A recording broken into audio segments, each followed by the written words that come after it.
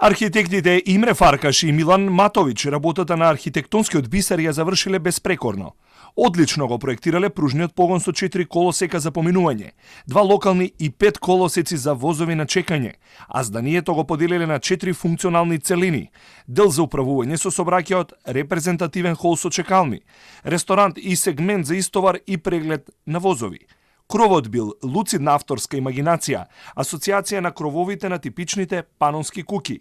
Фаркаш е роден 1924 година во Нов Бечеј, студирал и дипломирал во Белград 1950 година.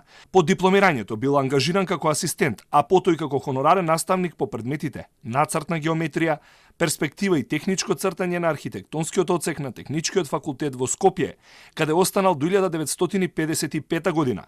Во тој период бил и помошник на директорот за проектирање на истиот факултет, а се занимавал и со проектирање и изработка на статички пресметки.